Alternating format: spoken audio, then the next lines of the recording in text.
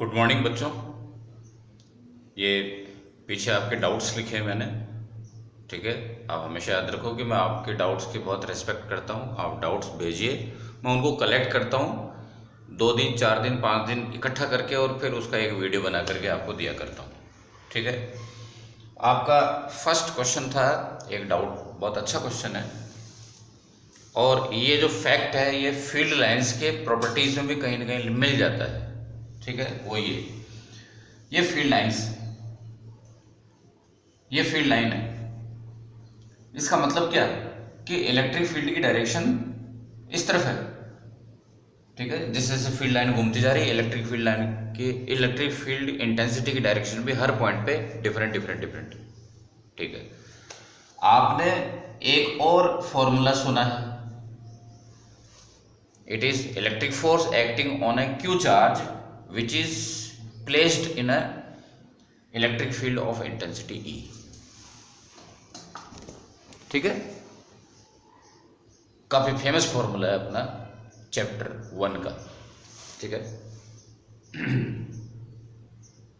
ये बता रहा है कि एक चार्ज पार्टिकल है वो इलेक्ट्रिक फील्ड के अंदर फोर्स एक्सपीरियंस करता है, और फोर्स एक्सपीरियंस करता है तो क्या जरूरी चलेगा? हाँ, फ्री, उसको यदि फ्री आपने रिलीज किया हुआ है, फ्री छोड़ दिया तो वो चलेगा, ठीक है ना। कोई भी बॉडी पर फोर्स लग रहा हो तो वो चले, जरूरी नहीं है। नेट फोर्स नॉन जीरो हो तो चलेगा, ठीक है। तो ये फोर्स की डायरेक्शन किधर है ये भी आपको मालूम है कि पॉजिटिव चार्ज पर फोर्स की डायरेक्शन इलेक्ट्रिक फील्ड की डायरेक्शन सेम होती है। पॉजिटिव चार्ज पर फोर्स की डायरेक्शन किधर होती है? जिधर इलेक्ट्रिक फील्ड की डायरेक्शन है। यदि आप यहां से एक पॉजिटिव चार्ज रिलीज कर दो तो ये किधर चलेगा? इलेक्ट्रिक फील्ड की डायरेक्शन में चलेगा, ठीक है। लेकिन मैं एक सेंटेंस में थोड़ा सा मिस कर गया और आपको शायद एक्सेप्ट भी हो गया होगा कि ठीक है, कहाँ मिस कर गया, तो सही तो बोला। फोर्स की डायरेक्शन इस तरफ है, फोर्स की डायरेक्शन किधर है? जिधर इलेक्ट्रिक फील्ड की डायरेक्शन है। और ये कभी भी जरूरी नहीं है, आपने काइनेमेटिक्स में पढ़ा हुआ है क्या, मैकेनिक्स के अंदर 11th क्लास में, कि जिधर फोर्स है उधर ही बॉडी चलेगी, ये कोई जरूरी नहीं है। इस बात को समझो आप। फोर्स क्या कोशिश करता है? बॉडी को अपनी डायरेक्शन में चलाने की कोशिश करता है, लेकिन चला ही डालता है, ये जरूरी नहीं है। यदि बॉडी रेस्ट से स्टार्ट करे, बहुत अच्छा एग्जांपल दूंगा मैं, कि मैंने इस बॉडी को ऊपर की तरफ थ्रो किया, मेरे हाथ से छूटने के बाद में बॉडी किधर चल रही है? ऊपर की तरफ। और फोर्स किधर लग रहा है? मेरे हाथ से छूटने के बाद फोर्स किधर लग रहा है? Gravitational force downward. तो मोशन की डायरेक्शन और फोर्स की डायरेक्शन सेम होना जरूरी नहीं है, पहली बात, ठीक है। लेकिन रेस्ट से स्टार्ट करेंगे तो फोर्स की डायरेक्शन में ही वो बॉडी स्टार्ट करेगी, चलेगी, ठीक है, ओके। तो यदि पॉजिटिव चार्ज पार्टिकल है, उसको रेस्ट से आप इसको रिलीज करते हो तो ये फोर्स की डायरेक्शन और इलेक्ट्रिक फील्ड की डायरेक्शन सेम होती है और ये चलेगा भी फोर्स की डायरेक्शन में। लेकिन एक और बीच में रुकावट है, वो क्या है? इनर्शिया। इस बॉडी में पक्का मास तो होगा ही होगा। यदि इसका इनर्शिया यानी कि मास ज्यादा है तो ये जरूरी नहीं है कि इस फील्ड लाइन के अलोंग, इसका पाथ फील्ड लाइन के अलोंग होगा, ठीक है। सपोज यहां पे आकर के और फील्ड लाइंस बड़ी शार्पली टर्न हो गई, ठीक है, फील्ड लाइन शार्पली टर्न हो गई, लेकिन इसका इनर्शिया जो है वो इसको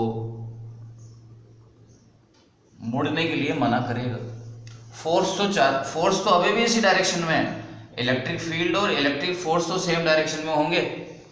तो फोर्स तो इसको इधर घुमाना चाहता है, लेकिन इनर्शिया इसको अपनी ही डायरेक्शन में मेंटेन करके रखना चाहता है। इनर्शिया की प्रॉपर्टी है, ठीक है, कि वो एक्सटर्नल फोर्स को अपोज करता है और बॉडी को अपने जो जिस डायरेक्शन में मूव कर रही है उसी डायरेक्शन में बना के रखना चाहता है। तो बहुत सारी बातें हैं। इस पॉजिटिव चार्ज की जगह नेगेटिव चार्ज होता तो उसका फोर्स अपोजिट होता और डायरेक्शन ऑफ मोशन अपोजिट होती। कंक्लूड करें कि यदि ये इलेक्ट्रिक फील्ड के अंदर आप इसको मूव करा करके और थ्रो करते हो तो इलेक्ट्रिक फील्ड की डायरेक्शन में इसका चलना जरूरी नहीं है, ठीक है। यदि रेस्ट से स्टार्ट करता है तो ये इलेक्ट्रिक फील्ड की डायरेक्शन में चल सकता है और इलेक्ट्रिक फील्ड लाइंस को ट्रेस कर सकता है, इसका पाथ इलेक्ट्रिक फील्ड लाइंस के अलोंग होगा। लेकिन वो कब परफेक्टली उसका पाथ और इलेक्ट्रिक फील्ड लाइंस परफेक्टली कब कोइंसाइड करेगी, जब उसका इनर्शिया नेग्लिजिबली स्मॉल हो, वरना इनर्शिया उसको फील्ड लाइंस के अलोंग चलने नहीं देगा, ठीक है। नेक्स्ट क्वेश्चन है कि एक आपके पास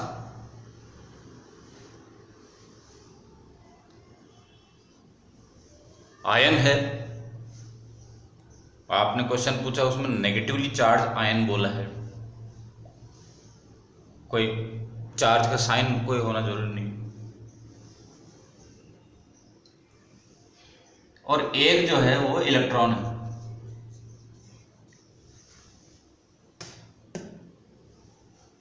दो चीजें हैं, ठीक है, दोनों का चार्ज सेम है डिफरेंट है, मैं जो आंसर दूंगा उसमें आपको लगे कोई इसके मैटर नहीं करता है। हाँ, इन दोनों में एक चीज है, दोनों का चार्ज सेम है। चलो जी, मैं तो Q1 Q2 मान लेता हूं, मैं तो आपको एक जनरल आइडिया दे रहा हूं, और दोनों का मास M1 M2 है, वो भी डिफरेंट है, चार्ज भी डिफरेंट है, मास भी डिफरेंट है, और फिर इन दोनों का पॉजिटिव नेगेटिव नेगेटिव पॉजिटिव कुछ भी कोई, ये दोनों एक ही इलेक्ट्रिक फील्ड में बैठे हैं, ठीक है, सेम इलेक्ट्रिक फील्ड इनके अराउंड है। इलेक्ट्रिक फील्ड क्या करेगा, फोर्स लगाएगा, फोर्स से क्या पैदा होगा, एक्सेलरेशन पैदा होता है, एक्सेलरेशन को प्रोड्यूस करने वाला एकमात्र बंदा फोर्स, ठीक है। इनमें से ज्यादा एक्सेलरेट कौन होगा, जिसका चार्ज ज्यादा होगा। अब आपको क्वेश्चन में तो बोला हुआ है कि चार्ज तो इक्वल है, ठीक है, एक का चार्ज पॉजिटिव और एक का चार्ज नेगेटिव हुआ तो क्या हुआ, अपोजिट चल लेंगे, ठीक है ना। अपने को डायरेक्शन से मतलब नहीं है, आपको तो पूछा गया है मैग्नीट्यूड, किसका मैग्नीट्यूड ज्यादा होगा, जिसका मास ज्यादा होगा उसका एक्सेलरेशन कम होगा, ठीक है। तो आप अपने आप आइडिया लगाओ कि कौन किसका मास ज्यादा है। आयन का मास ज्यादा होता है इलेक्ट्रॉन का, तो इलेक्ट्रॉन तो लाइटेस्ट पार्टिकल है आपके इस धरती का, इस यूनिवर्स का, ठीक है ना। इलेक्ट्रॉन तो लाइटेस्ट पार्टिकल है, लेकिन चार्ज बड़ा जोरदार है उसके पास, पूरा प्रोटॉन के बराबर है, ठीक है ना। मास तो बहुत कम है लेकिन प्रोटॉन के बराबर मास चार्ज है। तो मास जितना कम होगा एक्सेलरेशन उतना ज्यादा होगा, जितना ज्यादा एक्सेलरेशन होगा उतना ही वो फास्ट मूव करेगा। u का वैल्यू सपोज 0 है, रेस्ट से स्टार्ट कर रहे हैं, जितना ज्यादा एक्सेलरेशन होगा उतना ज्यादा उसकी वेलोसिटी होगी, उसका वेलोसिटी होगी। तो मतलब है कि चार्ज और मास पर डिपेंड करेगा उसका एक्सेलरेशन, और एक्सेलरेशन जो है वो डिसाइड करेगा उसकी वेलोसिटी, ठीक है। चैप्टर 1 इलेक्ट्रिक फील्ड और कूलॉम्स लॉ, इन दोनों टॉपिक्स के अंदर एक बात कॉमन है जो मैंने न्यूमेरिकल्स में कई बार आपको बताई है, कम से कम 3-4 बार भी, ठीक है। सुनो ध्यान से उसको, दोबारा बता रहा हूँ, एक प्रकार से ये मैं बात बता रहा हूँ दोबारा से, लेकिन वो क्या है पता नहीं क्यों नहीं घुसती है पूरा सा, एक तो वीडियो देखते भी नहीं हो। मैं क्या कह रहा हूँ, आपको एक आदेश मिला कि Q1 Q2 there are 2 charges, और एक पॉइंट P है, उस पर फील्ड पता करो। तो आप तुरंत स्टार्ट हो गए, Q1 चार्ज का फील्ड E1, Q2 चार्ज का फील्ड E2, और फिर आपने E1 E2 को कैलकुलेट करके और क्या निकाल लिया, EP कैलकुलेट कर लिया, E1 और E2 का रिजल्टेंट EP, ठीक है, हो गया। मैं ये करा नहीं रहा, मैं एक आइडिया दे रहा हूं, सिर्फ छोटा सा एक आइडिया दे रहा हूं। उससे क्या होगा, आपके जो न्यूमेरिकल्स हैं किसके, कूलॉम्स लॉ के और इलेक्ट्रिक फील्ड के, ठीक है, वो आपको लग रहे हैं कि अरे 200 क्वेश्चंस हैं, 200 क्वेश्चन से कूलम्स लॉ और इलेक्ट्रिक फील्ड के, वो सीधे के सीधे हाफ हो जाएंगे, 100 हो जाएंगे। वो आपको लगेगा अरे ये तो बहुत कुछ सेम था। सुनो, इसलिए बोल रहा हूं। क्या किया अपन ने, पॉइंट पी पर इलेक्ट्रिक फील्ड कैलकुलेट कर लिया, ठीक है। एक और चीज है कि अपन लोग इलेक्ट्रिक फील्ड की जो डेफिनेशन है उससे बहुत ज़्यादा चिपक जाते हैं और कहते हैं कि भैया वो तो टेस्ट चार्ज तो पुट किया ही नहीं आपने। जिस जगह पर आप इलेक्ट्रिक फील्ड डिफाइन कर रहे हो वहां पर क्यू नॉट नाम का टेस्ट चार्ज तो आपने पुट किया ही नहीं। तो इस बात को सुनो कि जो टेस्ट चार्ज है वो जस्ट एक इंस्ट्रूमेंट है, जस्ट एक अपनी हेल्प कर रहा है इस जगह पर इलेक्ट्रिक फील्ड कैलकुलेट करने में। इस पॉइंट पे इलेक्ट्रिक फील्ड को होने में टेस्ट चार्ज का कोई कंट्रीब्यूशन नहीं है। रेस्पॉन्सिबल कौन है, Q1 एंड Q2 हैं इस पॉइंट पर इलेक्ट्रिक फील्ड को होने में। These are playing role as source charges. Source charges ये हैं, ठीक है। ये कुछ वैसे ही है जैसे ये दो बल्ब है, ये बल्ब है, ये बल्ब है, इन दोनों की वजह से यहाँ पर रोशनी है। उस रोशनी को चेक करने के लिए मैं एक इंस्ट्रूमेंट ले आया। सपोज ये एक इंस्ट्रूमेंट है जो रोशनी की वैल्यू चेक करता है और मैंने यहाँ पर उसको रख दिया तो मैं उस रोशनी की वैल्यू को चेक कर पा रहा हूँ, रीड कर पा रहा हूँ। मैंने इसको हटा लिया तो यहाँ अंधेरा हो गया, ऐसा थोड़ी होता है। वो रोशनी तो इन बल्बों की वजह से है। उस उजाले को, उस रोशनी को, उस लाइट की क्वांटिटी को चेक करने के लिए, रीड करने के लिए, पता लगाने के लिए जो आप इंस्ट्रूमेंट रखा वो नहीं है तो आप पता नहीं लगा पा रहे हो, लेकिन है तो सही, उजाला तो है, इसकी वजह से थोड़ी है। जैसे मैंने आपको कई बार एग्जांपल दिया कि थर्मोमीटर जो है वो केवल बुखार मापने के काम आता है। बुखार उस थर्मोमीटर की वजह से थोड़ी होता है। थर्मोमीटर क्या है, it is playing a role as testing device. That is why this charge in the definition of electric field, that charge put on that point is called the test charge, ठीक है, जो केवल force experience करने का काम आ रहा है, electric field उसकी वजह से नहीं है। अपनी बात को वापस आते हैं।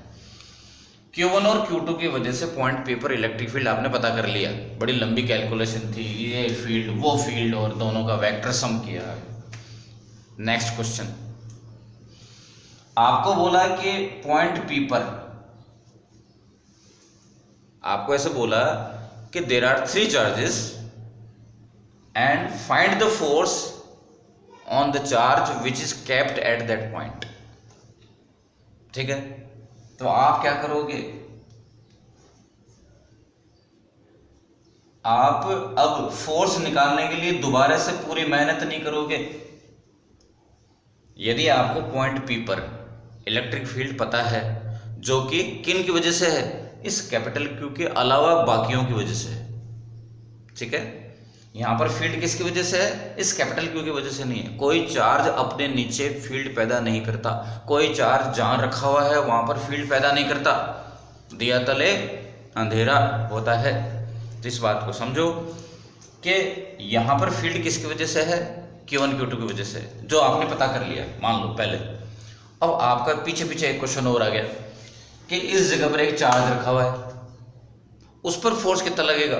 तो अब आप दोबारा क्या कर रहे हो, इसकी वजह से इस पे फोर्स F1, इसकी वजह से इस पे फोर्स F2 और दोनों का रिजल्टेंट निकाला। ऐसा नहीं करेंगे, फालतू में दोबारा से मेहनत नहीं करेंगे। और कर भी लो तो आपको खुद को फील होगा, यदि करो सच्ची में, यदि करो, आप तो क्या है कि अपनी आदत पड़ी हुई रेडीमेड देखने की, खुद करोगे न्यूमेरिकल को तो आपको खुद को फील होगा कि अरे यार सारी स्टेप्स तो सेम है, ठीक है। बस आपको यही मैं जो है समझाना चाह रहा हूं कि आपके पास में पॉइंट पी पर इलेक्ट्रिक फील्ड है जो कि Q1 Q2 की वजह से है। उस पॉइंट पी पर एक चार्ज पुट करा हुआ है, उस पर फोर्स ऐसे मत पता करो, फालतू की मेहनत हो रही, टाइम वेस्ट हो रहा है, ऐसे पता कर लो। F = QE बड़ा फेमस फॉर्मूला है, बार बार रिपीट हो रहा है। ये Q कौन है, ये वो चार्ज है जो जिस पे फोर्स पता करना है, ठीक है। और ये कौन है, ये वो फील्ड है जो उस पॉइंट पर है जिस पॉइंट पर वो चार्ज रखा हुआ है, जिस पे फोर्स पता करना है, ठीक है। कितने घुमावदार वर्ड्स हैं, नहीं है ना, कोई खास बात नहीं है। ये वो चार्ज है जिस पे फोर्स पता करना है, ठीक है, ये फोर्स किस पे है, क्यू चार्ज पे है, और ये फील्ड कौन से पॉइंट पर है, उस पॉइंट पर है जिस पॉइंट पर ये चार्ज पुट किया हुआ है। ये बात मतलब फाइनली एक क्वेश्चन है, जैसे मैं आपने एक क्वेश्चन किया था, मैं उसी का एग्जांपल देता हूं। क्या आपने क्वेश्चन किया, पहले डायग्राम बना लेता हूं मैं। आपका क्वेश्चन ये कुछ इस तरह का था कि Q1, Q2, Q3, Q4, Q5, Q6 और इनफाइनाइट तक बहुत सारे चार्ज जो है वो लाइन लगा करके बैठे हुए हैं, ठीक है, और उस पर्टिकुलर क्वेश्चन में उन सब का वैल्यू सेम गिवन है, सेम है, नहीं है कोई दिक्कत नहीं है, मैं तो हटा रहा हूँ उसको, मेरे को कैलकुलेशन करनी भी नहीं है। और ये सारे के सारे जो चार्जेस हैं वो ओरिजिन से 1 मीटर, 2 मीटर, 4 मीटर, 8 मीटर, 16, 32 ऐसे डिस्टेंसेस पर रखे हुए हैं। ये पर्टिकुलर क्वेश्चन अपन ने कर भी लिया। आपको ये बोला हुआ है कि इन सब की वजह से पॉइंट पी पर, जो कि ओरिजिन है, पॉइंट पी पर इलेक्ट्रिक फील्ड पता करो।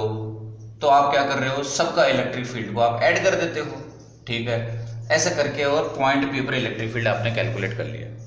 एक क्वेश्चन हो गया आपका। अगला क्वेश्चन क्या आया कि पॉइंट पी पर एक क्यू नॉट चार्ज पुट कर दिया, पॉइंट पी पर एक क्यू नॉट चार्ज पुट कर दिया, ठीक है। अब इस पे फोर्स पता करना है आपको। तो मैं क्या कह रहा हूं, अब आप पूरा क्वेश्चन में मेहनत दोबारा मत करो, बस ये क्या, जिस पे फोर्स पता करना है वो चार्ज मल्टीप्लाइड बाय उस पॉइंट पर फील्ड। इस पर फील्ड पैदा करने वाले कौन है, ये Q1 से लेकर के और इनफाइनाइट तक सारे। ये चार्ज कौन है जिस पे फोर्स लग रहा है, ये कहाँ रखा हुआ है, पॉइंट पी पर। ये फील्ड कौन है, पॉइंट पी का फील्ड है। तो फोर्स की कैलकुलेशन और फील्ड की कैलकुलेशन में जस्ट एक चार्ज से ही मल्टीप्लाई करना रहता है, एक जरा सा काम है, ठीक है ना, जरा सा काम होता है। ये बात क्या कि आप इलेक्ट्रिक फील्ड की कैलकुलेशन करो, ठीक है, और वो हो सकता है आपके 2 पेज की होगी। इलेक्ट्रिक फील्ड की कैलकुलेशन करते करते न्यूमेरिकल बड़ा लंबा था, 2 पेज की मेहनत हो गई आपकी। अब फिर आपको कहा कि चलो ठीक है, अब इस पॉइंट के ऊपर अब एक चार्ज पुट किया हुआ है, उस पर फोर्स भी पता करो। तो आप फिर वापस 2 पेज की मेहनत मत करो, एक जस्ट एक सिंगल लाइन आपको लिखनी है कि ये लो जी, फील्ड तो पता कर ही लिया, फोर्स भी लो। या इसका उल्टा कि आपने पहले फोर्स पता कर लिया, आपने क्यू नॉट पर पहले फोर्स पता कर लिया, और आपको बोला कि नहीं मेरे को तो फील्ड पता करना था, क्यू नॉट से डिवाइड कर दो, क्यू नॉट से डिवाइड कर दो। कौन से चार्ज से, जिस चार्ज पे फोर्स लग रहा है उस चार्ज से ही उस फोर्स को डिवाइड कर दो, उस पॉइंट का फील्ड आ जाएगा। बहुत समझदारी वाली बात है, इसको ध्यान रखो। एक आपका डाउट आया था कि स्टैटिक यानी कि रुका हुआ चार्ज क्या करता है, मूविंग चार्ज क्या करता है। तो रुके हुए और चलता हुआ, ऐसे चलता वैसे चलता, ये वो सब सारी चीजें हैं, उनको आप पूरी बात दोबारा सुन लो, ठीक है। और अपने सिलेबस का फर्स्ट पैराग्राफ में यानी कि चार्ज की प्रॉपर्टीज में पढ़ो आप, ठीक है ना, सब कुछ साफ साफ लिखा हुआ है। मैं आपको बार बार रिपीट करूंगा क्योंकि मेरा दिल में दर्द होता है बच्चों, इसलिए मैं रिपीट करता हूँ बात को कि आप लोग नोट्स नहीं पढ़े हो, आपने वीडियो नहीं देखे हैं, और दनादन आपने वो डाउट बोला है जिसको मैंने, जिन चीज़ों को, जिन फैक्ट्स को, जिन कंसेप्ट्स को मैंने चुन करके अपने वीडियो में डाला है, आप वो चीज़ बड़े इनोसेंटली पूछते हो तो बड़ा दर्द होता है बच्चों, ठीक है ना, कि यार मैं तो इतनी मेहनत से आपको बता रहा हूँ और आप जो है ना बिना वीडियो देखे आप पूछ रहे हो मेरे को, ये बात गलत है, ये जस्टिफाइड नहीं है, ठीक है ना, ये फेयर नहीं है। रुका हुआ चार्ज क्या करता है, तो इसके अंदर ये वर्ड बोलने की जरूरत नहीं है कि स्टैटिक। कोई भी चार्ज है, चाहे स्टैटिक हो, चाहे मूविंग हो, चाहे वो एक्सेलरेटेड हो, इलेक्ट्रिक फील्ड तो करेगा ही पैदा। वो चार्ज इलेक्ट्रिक फील्ड तो पैदा करेगा ही, चाहे वो कैसी ही कंडीशन में हो, रुका हुआ हो, चल रहा हो, या रिटार्डेड हो या एक्सेलरेटेड हो, कैसा भी हो, ठीक है। जब वो चार्ज मूविंग कंडीशन में है, ठीक है, तब की बात करते हैं। इलेक्ट्रिक फील्ड तो हमेशा पैदा करता है, इलेक्ट्रिक फील्ड का चलने रुकने से कोई मतलब नहीं, इस बात को बिल्कुल हटा दो, भूल जाओ, ठीक है। अब मैं केवल दो कंडीशन की बात कर रहा हूँ। यदि वो चार्ज मूविंग है तो दो कंडीशन हो सकती है, या तो वो उसकी वेलोसिटी कांस्टेंट हो, तो क्या होता है, मैग्नेटिक फील्ड पैदा करेगा। इलेक्ट्रिक फील्ड तो कर ही रहा है, मैग्नेटिक फील्ड भी पैदा करने लग जाएगा। कब, वेलोसिटी कांस्टेंट हो तो। वो कैसा मैग्नेटिक फील्ड पैदा करेगा, उसका वैल्यू भी ऑब्वियसली कांस्टेंट होगा। एक कांस्टेंट मैग्नीट्यूड का मैग्नेटिक फील्ड क्रिएट करेगा जब वो चलने लग गया तो। लेकिन चल रहा है कैसे तरीके से, उसकी वेलोसिटी जो है वो वेरी हो रही है।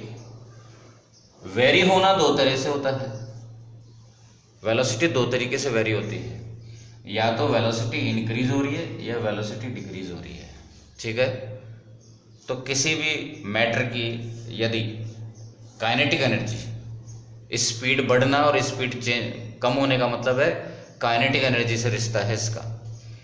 यदि किसी मैटर की, और वो यदि मैटर पार्टिकल चार्ज भी है, तो उसकी काइनेटिक एनर्जी यदि डिक्रीज होती है, यानी कि स्पीड डिक्रीज होती है, तो वो इलेक्ट्रोमैग्नेटिक वेव नाम की एक इनविजिबल एनर्जी रेडिएट करता है, जिसको अपन लोग बोलते हैं इलेक्ट्रोमैग्नेटिक वेव, EMW। आपको ये EMW कहाँ से आ गई? तो भाई आपने गामा रेज का नाम सुना है, एक्सरे का नाम सुना है, अल्ट्रा वायलेट का नाम सुना है, लाइट तो अपनी लाइफ का बहुत बड़ा पार्ट है। आपने इंफ्रारेड का नाम सुना है, ठीक है, जो गर्म चीज़ों से अपने को पास ले जाते हैं, फील होती है अपने स्किन के ऊपर, गर्माश फील होती है धूप में और गर्म तवे के आसपास, वो है इंफ्रारेड, ठीक है। और आपका फ्रैक्चर हो जाता है तो एक्सरे आप खिंचवाने जाते हो अपने फोटो, हड्डी का फोटो, ये सारे के सारी these are this group is called the group of gamma, X, UV light, IR infrared, और रेडियो और माइक्रोवेव, रेडियो वेव, सबके ग्रुप को बोलते हैं इलेक्ट्रोमैग्नेटिक वेव। वो पैदा कैसे होती है, जब भी एक चार्ज पार्टिकल जो है ना डीएसेलरेट होता है, उसकी काइनेटिक एनर्जी, चार्ज पार्टिकल की काइनेटिक एनर्जी कन्वर्ट हो जाती है EMW में। और यदि वो एक्सेलरेट हो रहा है, यदि उसकी काइनेटिक एनर्जी यदि वो गेन कर रहा है, तो EMW एब्जॉर्ब कर रहा होगा। वो तो उल्टा पलटा है। यहाँ पर चार्ज पार्टिकल यदि अपनी काइनेटिक एनर्जी को लूज कर रहा है, तो वो एनर्जी EMW के रूप में रेडिएट कर रहा है। यदि वो charge particle kinetic energy gain कर रहा है, आई कहाँ से उसके अंदर, वो EMW को एब्जॉर्ब कर रहा होगा, ठीक है ना। मतलब चार्ज पार्टिकल जिसके पास मैटर भी है वो और EMW इनके बीच में एक्सचेंज हो रहा है, ये बात, ठीक है। और दूसरी बात कि वो जो वेलोसिटी का वेरी होना है, उसमें मैग्नीट्यूड वेरी होना जरूरी है। केवल डायरेक्शन यदि वेरी हो रही होगी तो आप समझते हो कि केवल डायरेक्शन जो वेरी हो रही होती है किसी भी मैटर पार्टिकल की, तो उसकी काइनेटिक एनर्जी चेंज नहीं होती, केवल डायरेक्शन चेंज होती है। बड़ी लंबी बात है, 11th के अंदर मैंने तो बताई थी, ठीक है। इस बात को बहुत गहरी बात है ये, कि जब भी किसी मैटर पार्टिकल की, किसी भी बॉडी की, किसी पार्टिकल की केवल डायरेक्शन वेरी कर रही हो, मैग्नीट्यूड कांस्टेंट हो, तो उसकी काइनेटिक एनर्जी चेंज नहीं होती है, ठीक है ना। जैसा कि सेंट्रीपिटल फोर्स के अंदर होता है, सर्कुलर पाथ के अंदर होता है, उसमें केवल डायरेक्शन चेंज होती है, काइनेटिक एनर्जी चेंज नहीं होती है।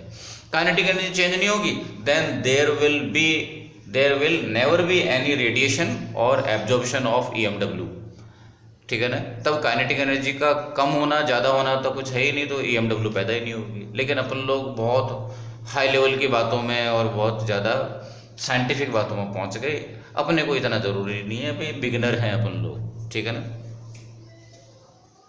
अपन लोग अभी हार्डली 12th में हैं या 12th पास हैं, ठीक है, लेकिन थोड़ा बहुत चीज़ें हैं वो सुन करके याद रखो तो बहुत है। मैं क्या कह रहा था एक बात कि यदि कोई चार्ज पार्टिकल मूव कर रहा है और मूव कर रहा है किस तरीके से, एक्सेलरेट हो रहा है, एक्सेलरेशन का तरीका क्या है? एक्सेलरेशन का तरीका एक तो ये है कि बढ़ता जाए बढ़ता जाए बढ़ता जाए और बढ़ता ही जा रहा है वेलोसिटी, या डिक्रीज होती जा रही है, डिक्रीज होती जा रही है, डिक्रीज होती जा रही है, डिक्रीज ही होती जा रही है, रैंडम। और एक खास तरीका है वेलोसिटी के वेरी होने का, यानी कि एक्सेलरेट होने का, वो ऑसिलेशन। यदि वो चार्ज पार्टिकल ऑसिलेट कर रहा है, गया आया गया आया, आपको मालूम होना चाहिए कि oscillating particle is always accelerating particle. ठीक है, ऑसिलेशन में पक्का एक्सेलरेशन होता ही होता है। यदि नहीं मालूम है तो 11th के चैप्टर में जाके देख लो, ऑसिलेशन वाले में ऑसिलेशन होगा तो पक्का एक्सेलरेशन होगा। तो वो पार्टिकल जो कि एक्सेलरेटेड है, ऑसिलेटेड भी है तो एक्सेलरेटेड है, वो पार्टिकल जो है ना EMW पैदा करेगा। तो तुमको अभी तो बताई थी बात, कौन सी दोबारा नहीं बता रहे हो? वो जो EMW है, वो EMW नाम की जो एनर्जी है वो वेवी नेचर की होगी। अब की बार वो जो है चार्ज पार्टिकल यदि ऑसिलेट कर रहा है तो उसमें से जो EMW नाम की जो एनर्जी निकलेगी वो वेवी नेचर की होगी। इसीलिए EMW का पोस्टमार्टम करें वर्ड का, वो W फॉर वेव, E क्या electric field, M for magnetic field. ये जो चार्ज पार्टिकल है इलेक्ट्रिक फील्ड पैदा कर रहा है। क्यों? क्योंकि चार्ज पार्टिकल रुका हुआ, चलता हुआ, एक्सेलरेट होता हुआ कैसा भी है इलेक्ट्रिक फील्ड पैदा करेगा। ये चलता हुआ है, हाँ चलता हुआ है तो मैग्नेटिक फील्ड पैदा कर रहा है। ये दोनों इलेक्ट्रिक और मैग्नेटिक फील्ड किस नेचर के हैं? वेवी नेचर के हैं, कम ज़्यादा कम ज़्यादा कम ज़्यादा कम ज़्यादा। इसलिए ये जो ऑसिलेटिंग पार्टिकल है, ऑसिलेटिंग पार्टिकल क्रिएट करता है वेवी नेचर की EMW। तो आपको सुन के अजीब लग रहा होगा, यानी आपको नहीं तो 12th पास करने के बाद में किसी भी धुरंधर बच्चे को ऐसा लग रहा होगा कि ये तो ऑब्वियस बात है। ठीक है, चलो ठीक है, अपन लोग बहुत ज़्यादा डेप्थ में नहीं जा सकते, अभी स्टार्ट कर रहे हैं अपन। ठीक है, सिलेबस पूरा होने के बाद में अपन लोग काफ़ी डिस्कस कर सकते हैं, ये बात अलग है। क्वेश्चन का एक पार्ट और था, या ये दो अलग अलग शायद स्टूडेंट्स से आए थे कि अपन ने अभी तो बात कर ली कि एक मूविंग और स्टैटिक चार्ज क्या क्या कर सकता है, एक्सेलरेटेड चार्ज क्या क्या कर सकता है। एक्सेलरेशन में दो तरह का होता है, एक तो वेलोसिटी का इंक्रीज होना, वेलोसिटी का डिक्रीज होना, और वेलोसिटी डायरेक्शन चेंज होते हुए स्पीड कांस्टेंट रहना। ठीक है ना। कोई यदि कहे कि बताओ एक्सेलरेटेड चार्ज क्या करता है, तुरंत सबके मुंह में से निकलता है एक्सेलरेटेड चार्ज क्या करता है, सबके मुंह में से निकलता है EMW क्रिएट करता है और दैट्स ऑल। लेकिन नहीं, यदि एक चार्ज पार्टिकल सर्कुलर पाथ पे चल रहा है तो भी है तो वो एक्सेलरेटेड, क्योंकि वेलोसिटी की डायरेक्शन चेंज हो रही है, लेकिन ये इसकी स्पीड चेंज नहीं हो रही है, तो ये रेडिएट नहीं करेगा, EMW रेडिएट नहीं करेगा। खैर वापस आए, एक क्वेश्चन का पार्ट ये भी था कि क्या चार्ज पार्टिकल रुका हुआ हो तभी कूलॉम्स लॉ एप्लीकेबल होता है, क्योंकि कूलॉम्स लॉ के स्टेटमेंट में कुछ बुक्स में भी और शायद अपने नोट्स में भी ये लिखा हुआ है कि ये दोनों जो चार्ज हैं Q1 Q2 ये रुके हुए होने चाहिए। तो ऐसा जरूरी नहीं है।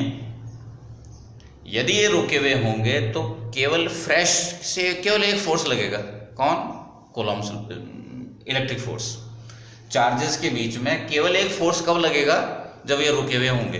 तो आप यदि चाहते हैं, जो कि आपको चाहना चाहिए कूलॉम्स लॉ स्टेट करते टाइम, कि भैया चार्जेस के बीच में केवल एक ही फोर्स लगना चाहिए, फालतू में दूसरे फोर्स लग करके और यहाँ पर कंफ्यूजन और डिस्टर्बेंस पैदा नहीं करें। तो आप क्या कहोगे जी कि केवल इलेक्ट्रिक फोर्स लगना चाहिए इनके बीच में।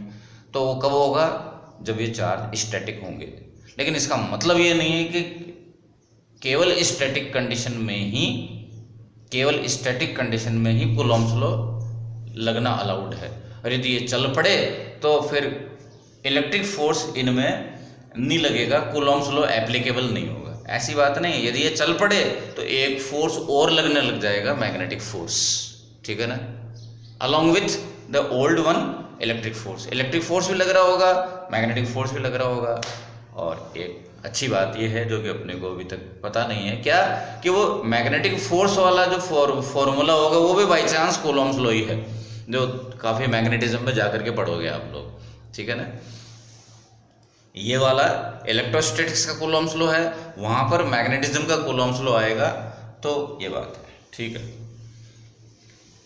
नेक्स्ट क्वेश्चन है आपका गॉस थ्योरम के ऊपर है, और वो ये कि सपोज ये कोई क्लोज्ड सरफेस है, जो कि गॉस थ्योरम की मोस्ट फेवरेबल डिमांड है, ठीक है। इसमें से आपको दिखाई दे रहा है, प्रैक्टिकली भी दिखाई दे रहा है आपको, जो मेरे को बताने की जरूरत भी नहीं है, क्या कि ये वाली फील्ड लाइन क्लोज सरफेस से इंटरेक्ट नहीं कर रही, ये वाली नहीं कर रही। कितनी फील्ड लाइंस क्लोज सरफेस में से पास होके जा रही है, तो एज ए लेमैन आप कह सकते हैं 1 2 3 4। फाई का वैल्यू कितना है, फट से बोल दे 4, नहीं आप क्या बोलोगे, फाई इन का वैल्यू कितना है, -4। 4 फील्ड लाइंस अंदर एंटर कर रही है इसमें, और एंटर करने वाले फ्लक्स को अपन लोग बोलते हैं नेगेटिव, ठीक है। फाई आउट कितना है, 1 2, जितनी घुसी उतनी निकलेगी, टोटल कितना है 0। फाई नेट कितना है 0, ठीक है। और फाई नेट का वैल्यू कितना है 0। आप ये कह रहे हो कि मैं तो ये वाली बात तो मैं वैसे बता देता, क्या मैं तो वैसे बता देता कि इसके अंदर चार्ज कितना है, इनसाइड इस क्लोज सरफेस के अंदर चार्ज कितना है 0, तो फ्लक्स कितना आएगा, वो भी 0 आएगा। ये तो मैं पहले बता देता गॉस थ्योरम से, बहुत अच्छी बात है, ठीक है। लेकिन ये हमेशा जरूरी नहीं है, क्या हमेशा यहाँ पर चार्ज, क्या यहाँ पर चार्ज का होना मना थोड़ी है, नहीं। सपोज यहाँ पर पॉजिटिव चार्ज है, ठीक है, सपोज इसके अंदर पॉजिटिव चार्ज है, तो अब क्या होगा, इस पॉजिटिव चार्ज में से खुद में से जो फ्लक्स पैदा होगा, ये वाला फ्लक्स कौन सा था, ये किसी एक्सटर्नल सोर्स की वजह से था, पता नहीं कौन है, उसने साइड में इधर बैठा हुआ है मेरे पीछे, वो फील्ड क्रिएट कर रहा है, उसकी फील्ड लाइनें आ रही हैं, पास होके जा रही हैं, ठीक है ना। एक चार्ज और आ गया इसके अंदर, इसके अंदर बैठा हुआ है, ठीक है। अब बताओ मेरे को कि फाई इन कितनी है, फाई इन तो 4 ही हैं, और फाई आउट हो गई 5।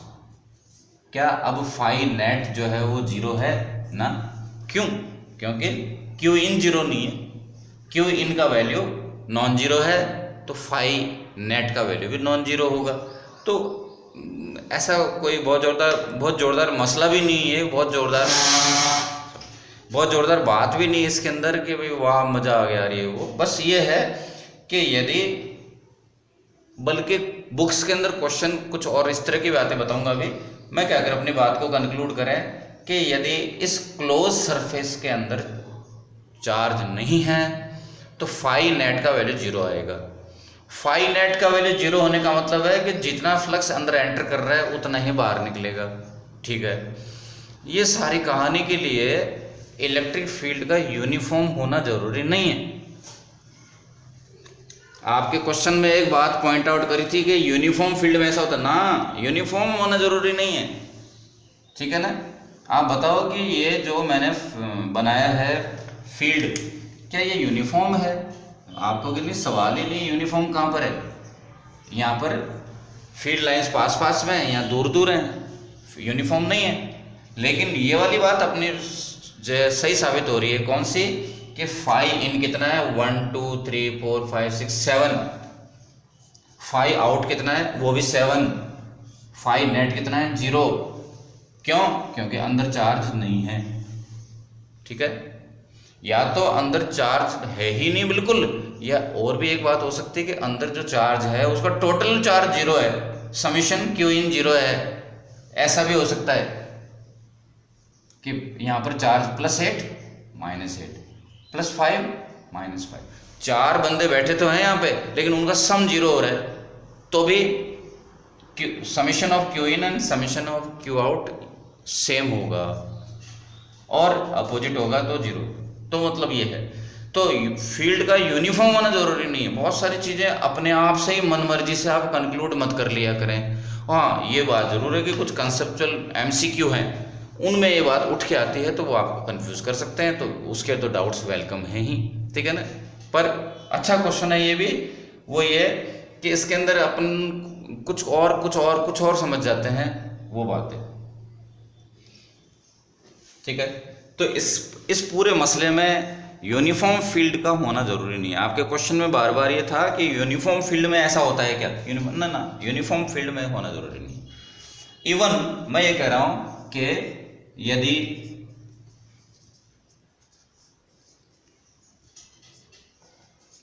किसी पर्टिकुलर केस में फाई नेट का वैल्यू यदि जीरो है, कुछ बुक्स के अंदर ऐसा क्वेश्चन आता है कि यदि किसी क्लोज सरफेस के अंदर फाई नेट का वैल्यू जीरो है, इसका मतलब क्या है कि क्या उसके अंदर चार्ज नहीं है? नहीं, चार्ज हो सकता है लेकिन उसका सम जीरो है, चार्ज का सम जीरो है, ठीक है। ये नॉन जीरो कब होता है? जब यदि ये नॉन जीरो है तो definitely summation of Q in इसमें नॉन जीरो है। किसी क्लोज सरफेस के अंदर यदि चार्ज बैठा हुआ है, ठीक है, नॉन जीरो, तो पक्का फिर नेट फ्लक्स नॉन जीरो होगा, यानी कि अंदर ज़्यादा फ्लक्स घुस रहा है, बाहर कम निकल रहा है, कुछ ऐसी कंडीशन होगी, ठीक है ना। तो इसका फील्ड के यूनिफॉर्म और नॉन यूनिफॉर्म होने से कोई लेना देना नहीं है इस बात का, इस बात को समझो, ठीक है। 2 क्वेश्चन और हैं भाई लोग आपके डाउट्स में, जिनको मैं बताता एक्सप्लेन करता मैं पागल हो गया। आप लोग क्यों नहीं हुए पागल सुनते? क्योंकि आपने सुना ही नहीं, आपने वीडियो अटेंड ही नहीं करे। आप सेफ हो, ठीक है ना, ठीक है। मैं तो आप 1000 बार कहोगे ना तो 1000 बार रिपीट करूंगा मैं। एक तो भाई आपका बड़ा फेवरेट क्वेश्चन है कि व्हाट इज क्वांटाइजेशन, ठीक है ना। तो क्वांटाइजेशन का मीनिंग दोबारा सुन लो भाई, जस्ट रिपीट है। जिनको लग रहा है रिपीट है वो मेरे को दोष मत देना, वो उनको जाके पूछो जो मेरे से जो है बार बार पूछते हैं, ठीक है ना। आपका हार्डली सेकंड वीडियो के अंदर ये सारी बात हुई, फर्स्ट या सेकंड वीडियो में, और फिर एक डाउट क्लास के अंदर खूब तसल्ली से बात हुई। उस पूरी बात को रिपीट करता हूँ मैं। देखो, नंबर नाम की चीज़ है, नंबर या कोई भी क्वांटिटी, वो 2 तरह की होती है। एक तो होती है कंटिन्यूस और एक होती है नॉन कंटिन्यूस, ठीक है। कंटिन्यूस का एग्जांपल दूं कि 0.0000 से स्टार्ट हुई नंबर, उसके बाद नेक्स्ट नंबर क्या आया 0.0001, 0.0002, 0.0003, और करते करते आप कह रहे हो कि ये तो बहुत करीब लिख रहे हो। हाँ, कंटिन्यूस है ना भाई। इस तरह के यदि नंबर्स हैं उसको कंटिन्यूस बोलते हैं। एग्जाम्पल दूं मैं, एग्जाम्पल सुनो कि आप टाइम का एग्जाम्पल ले लो, ठीक है। अभी क्या टाइम हो रहा है? सुबह के 11:13 14 सेकंड का टाइम हो रहा है। इसके बाद क्या? तो आप लोग इसके बाद क्या, ये होगा टाइम। क्या इन दोनों के बीच में टाइम अचानक से उठ करके 15 पे पहुंच गया? तो आप कहोगे नहीं, इसके बीच में ऐसा टाइम भी आता है।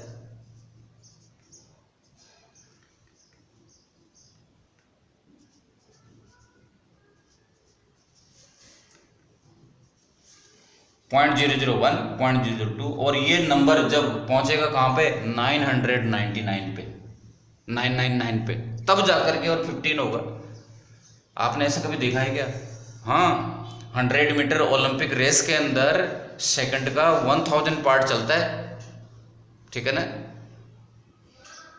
तो फिर तो इतना तो हो गया कि फिर तो इसका और भी स्मॉलर पार्ट हो सकता था। मतलब टाइम भी कंटिन्यूस चलता है, ऐसे उछल के कूद के नहीं चलता। 11, 13, 14 सेकंड के बाद में 15 सेकंड के बाद में 17, 16, 17, 18 ऐसे जंप कर करके नहीं चल रहा है। इनके बीच में भी वैल्यूज हैं टाइम के, वो पॉसिबल हैं। आप मेजर नहीं कर पा रहे, वो एक अलग दिक्कत है कि आपकी घड़ी जो है ना वो उसके अलग प्रॉब्लम है कि सब घड़ी की लिमिटेशंस हैं। आपकी घड़ी जो है ना वो एक एक सेकंड के गैप पर टाइम ऑब्जर्व कर पा रही है, वो बात अलग है। लेकिन इनके बीच में टाइम होता तो है ही। इनके बीच में जो टाइम है वो जो 100 मीटर रेस करने वाले हैं उनके लिए इंपॉर्टेंट है, उनकी घड़ी भी वैसी होती है, ठीक है ना, जो 1/1000 पार्ट को मेजर कर सकती है। एक एग्जांपल ले रहा हूं मैं। आपने एक बहुत लंबा डेटा लिया पॉपुलेशन का, इस कंट्री की, इंडिया की पॉपुलेशन, उसके जो एज है, कौन सी क्वांटिटी नंबर की बात करें, एज आपने लिस्ट आउट कर ली। कौन कौन सी एज आपको मिलेगी, तो आपको सभी मिलेगी 0.001, 0.002, 0.003। ऐसा कोई नंबर है ही नहीं, ऐसी कोई एज है ही नहीं जो अपने इंडिया में जिसका आदमी ना मिले। सपोज 0 से लेकर 100 तक है, तो 0 से लेकर के 100 तक हर एक नंबर आपको मिलेगा, कंटिन्यूस है। ऐसा है ही नहीं कि आपको कोई 40 साल का कोई बंदा मिलेगा नहीं। खूब ढूंढा पूरे इंडिया में, 40 ईयर का कोई बंदा मिला ही नहीं। 0 से लेकर के 100 उम्र का हर बंदा मौजूद है, ठीक है। ऐसे बहुत सारी चीजें हैं कंटिन्यूस नेचर की। इधर आए, मैं एज की बात कर रहा हूं, जरा पूरे वर्ल्ड की या पूरे इंडिया की एज नहीं, अपने घर में जो लोग हैं उनकी एज काउंट करके देखें। ये एज है छोटे भाई की, ये तुम्हारी, ये मदर की, ये पापा की, और ये दादाजी की, ठीक है, और ये दादाजी की और दादी की। आप ये कह रहे हो कि कितने वैल्यूज हैं, ये टोटल काउंटेबल हैं। यदि मैं कहूँ कि 0 से लेकर 100 तक कितने नंबर होते हैं, तो आप तुरंत कहोगे 100। नहीं भाई, 0 के बाद कौन, 0.001, 0.002, 0.003, 0.004, काउंट करते जाओ, देखिए कितने का है। 0 से लेकर 100 के बीच में कितने नंबर हैं, इनफाइनाइट। यदि वो कंटिन्यूस है तो बहुत सारे नंबर्स हैं। यदि वो नॉन कंटिन्यूस है, जिसको अपन लोग डिस्क्रीट भी बोलते हैं, नॉन कंटिन्यूस काउंटेबल होते हैं, कितने के हैं, बस अपने घर में 6 लोग हैं। ये डेटा 6 चीज़ों का, 6 नंबर्स का डेटा है। उनके बीच में गैप भी है, बिल्कुल गैप है। उन गैप्स के बीच में जो इंटरवल है वो सेम नहीं है, ठीक है ना। 14 और 17 के बीच में गैप कितना है, 3 का है। और 17 और 40 के बीच में गैप कितना है, 23 का है। सेम नहीं है, वो गैप सेम नहीं है, ठीक है, पर गैप है। और कुछ काउंटेबल नंबर्स हैं, 6 नंबर्स हैं। This is called non continuous. Gap होने का मतलब है नॉन कंटिन्यूस। लेकिन नॉन कंटिन्यूस जो नंबर है उसका एक खास एग्जाम्पल क्या, 4, 8, 12, 16, 20, 24, 28, 32। खास बात क्या है इसमें, ये भी गैप छोड़ छोड़ करके, इनमें भी गैप हैं, लेकिन वो जो गैप्स हैं वो इक्वल भी हैं। और जो भी कोई गैप है, कितना गैप है, 4। वो जो गैप है वही तो इस पूरी लिस्ट की स्मॉलेस्ट वैल्यू भी तो है। इस पूरी लिस्ट का स्मॉलेस्ट वैल्यू कितना है, 4। इन सब के अंदर दो पड़ोसियों के बीच में जो कॉन्जिक्यूटिव नंबर्स में गैप कितना है, वो भी 4। इस गैप को ही तो बोलते हैं बच्चों क्वांटम, ठीक है। लेकिन क्वांटम की डेफिनेशन ऐसे नहीं बोल सकते आप लोग, जो मैं तो आपको दोस्ती में एज अ लेमैन आपको बता रहा हूं। इस तरह से कोई भी क्वांटिटी मिल जाए उसको, उसके स्मॉलेस्ट वैल्यू को क्वांटम बोलते हैं। इसके स्मॉलेस्ट वैल्यू को क्वांटम नहीं बोलेंगे। 14 is not a quantum of these all numbers. 4 is quantum of these whole numbers. क्यों, जैसे मैं बोलूँगा 12 क्या है जी, बोले 12 जो है ना इस क्वांटम के 3 क्वांटम से मिलके बना है। 20 क्या है, वो 5 क्वांटम से मिलके बना है। 28 क्या है, 7 क्वांटम से मिलके बना है। 50 कौन है, उस 50 को बनाने में 5 सॉरी 50 इसमें नंबर में नहीं, इस लिस्ट में 50 नहीं है। 52 जो ना 13 क्वांटम से मिलके बना है, यानी कि इस लिस्ट का कोई भी नंबर क्वांटम से मिलके बना हुआ होगा, ठीक है ना। और वो जो क्वांटम की जो काउंटिंग है वो पक्का इंटीजर होगी। एक और नंबर है आपके पास, एक और नंबर है आपके पास, वो भी क्वांटम नेचर का है, वो भी क्वांटाइज्ड है। कौन है वो? चार्ज। क्योंकि चार्ज का कहीं भी कोई भी वैल्यू है दुनिया में, किसी भी बॉडी पर है, कोई भी चार्ज की बॉडी पर वैल्यू है, या कोई भी बॉडी चार्ज को एक्सचेंज कर रही है, वो चार्ज की वैल्यू सिर्फ ये हो पॉसिबल है, सिर्फ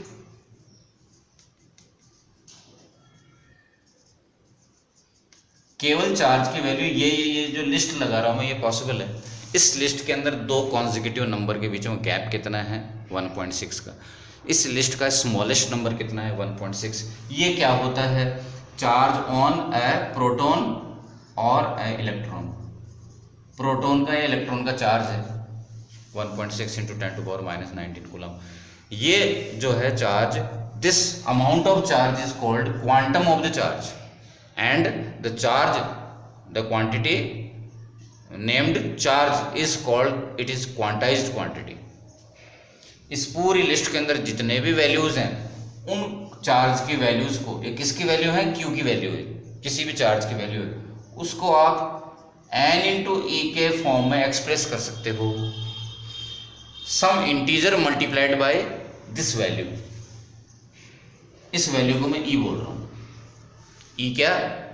1.6 × 10⁻⁻19 which is playing role as a quantum of the charge.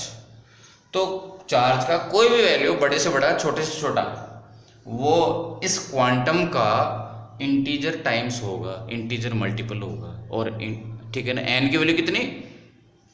बिना डेसिमल वाली कंप्लीट नंबर 1 2 3 4 5, डेसिमल पॉसिबल नहीं इसमें, ठीक है। ये n का वैल्यू ऐसे करके और डेसिमल में नहीं है, जैसे एक क्लास के अंदर नंबर ऑफ स्टूडेंट डेसिमल में पॉसिबल नहीं है। आपको मैंने चॉकलेट्स मंगाई, तो वो मैं नंबर ऑफ चॉकलेट्स डेसिमल में पॉसिबल नहीं है। आपने एक बिस्किट का पैकेट खोला, उसके अंदर नंबर ऑफ बिस्किट्स डेसिमल में पॉसिबल नहीं है।